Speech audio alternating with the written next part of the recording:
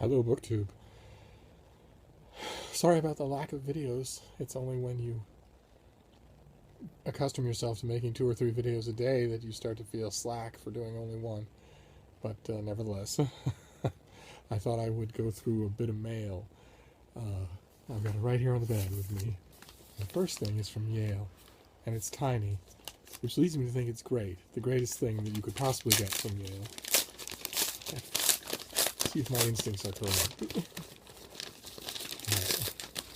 I have a feeling that this is the Yale catalog for the spring and summer. And it is. Yes, this is spring and summer 2017, and it has a request sheet. Lovely. The Yale catalogs are always so pretty, too. They have a real design. They go back well over a century. And they know it, so, oh, fantastic. Okay, this is going to be a half an hour of solid joy to go through this and see what goodies I can request. What things are coming up. Maybe I'll go through that on camera.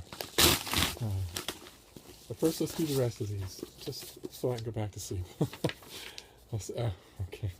This is The Feud by Alex Beam. This is the finished copy of his book about the fight between Edmund Wilson and Nabokov. I've already read this. It's superb. But I'm very glad to have a finished copy. Put paper on the floor. There we go. Let's go on to the next one. I'm sorry about the volume, too. There's simply no energy for loud talking. If you can't hear it, then, just skip the video and we'll have hopefully a better sounding one and a better lit one tomorrow. Okay, this is January. This is Mythomania, Tales of Our Times from Apple to ISIS by Peter Conrad, who is great. Nothing he does is to be missed. Despite our proclaimed respect for scientific reason, we are still as bedazzled and bedeviled by myth as our remote ancestors were. Laptops and smartphones are sold under a logo that invokes the forbidden fruit of the Garden of Eden. Skimpily clad classical nymphs cavort on TV reality shows. Narcissus makes a comeback whenever we snap a selfie. I'm sold already. Okay. All right, January. I'm there. Ordinarily, that sort of thing could be facile, but Peter Conrad won't do it that way. It'll be wonderful. We got this thing. I'm trying to keep the disruptions to a minimum because one of my dogs is right here. Not Lucy, my good dog. He's right here.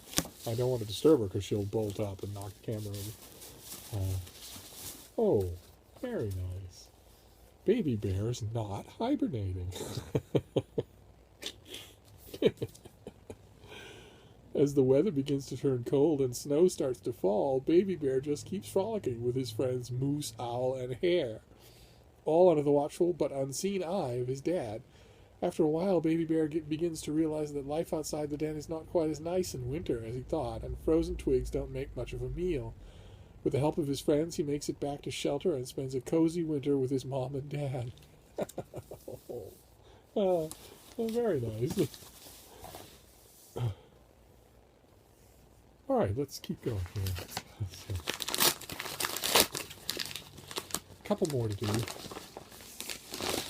But the real highlight, nothing here can beat the Yale catalog. So, okay, Convergence.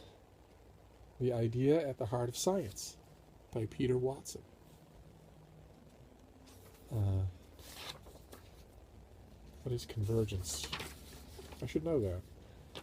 A brilliant history of science over the past 150 years that offers a powerful new argument that the many disparate scientific branches are converging on the same truths. That isn't true, though, right? Not read on its surface, it's not. The branches of scientific knowledge that are advancing our understanding of coronary disease are not advancing on the same truths as the branches of scientific knowledge that are advancing our understanding of quarks. those aren't headed towards the same goal. Convergence is a history of modern science with an original and significant twist. Various scientific disciplines, despite their very different beginnings, have begun coming together over the past 150 years, converging and coalescing. Intimate connections have been discovered between physics and chemistry, psychology and biology, genetics and linguistics. Okay, but not between genetics and physics. It's if you take two groups that are the same, two branches that are in the same group of science. Of course, well, in this groundbreaking book, Peter Watson identifies one extraordinary master narrative, capturing how the sciences are slowly resolving into one overwhelming, interlocking story about the universe. He begins his story, predictably enough, in the 1850s. I'm sure that I am not alone amongst you all and getting a distinctly religious vibe here. But we'll give it a try. I'll give it a try. This comes out in February.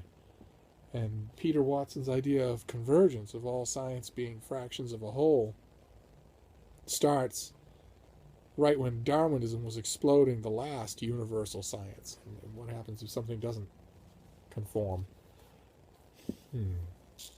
Okay, well, that just makes me more interested to read it, so you'll see. The author probably has a good deal more to tell me than just what his publicity sheet says.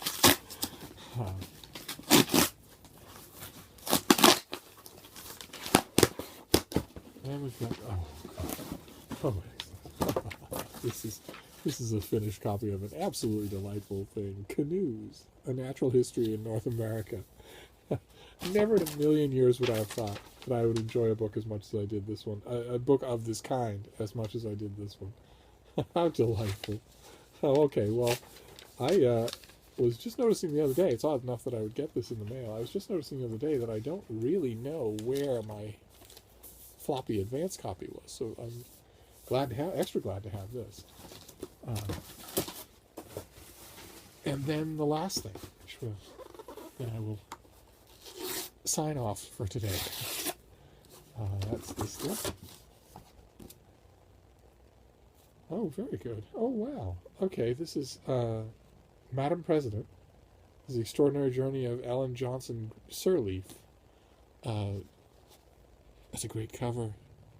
Leader in Liberia. That's a very smart and very interesting woman. New Pulitzer Prize-winning New York Times journalist Helen Cooper tells the remarkable story of Africa's first female president, an unlikely trailblazer who survived domestic abuse, catastrophic war, and political imprisonment to find herself elected president on the surprise strength of the woman's vote. Okay, good. Excellent. And this comes out in March. So this will be a biography, really, although the subject's still alive and in fine health. That's interesting. Madam President. So, of course, the title is a little bittersweet for Americans, but I'll get over that. And there you have it. That is the day's mail. Pretty good. A kid's book, an adorable kid's book. Canoes, A Natural History in America. I have spent so much time in canoes. Madam President, Convergence, and a treat by Peter Conrad. That's great. Mythomania, that's going to be so much fun. The Feud by my fellow Boston hack, Alex Feud, and the Yale catalog, full of goodies. Cool. Just full of them. So there you go. A little mail haul to keep you from forgetting me until I'm back up to full strength and clogging up your subscription fee. Actually, I'd settle for a quarter strength, but I'll let you go, and I'll see you soon, Book 2. Thank you.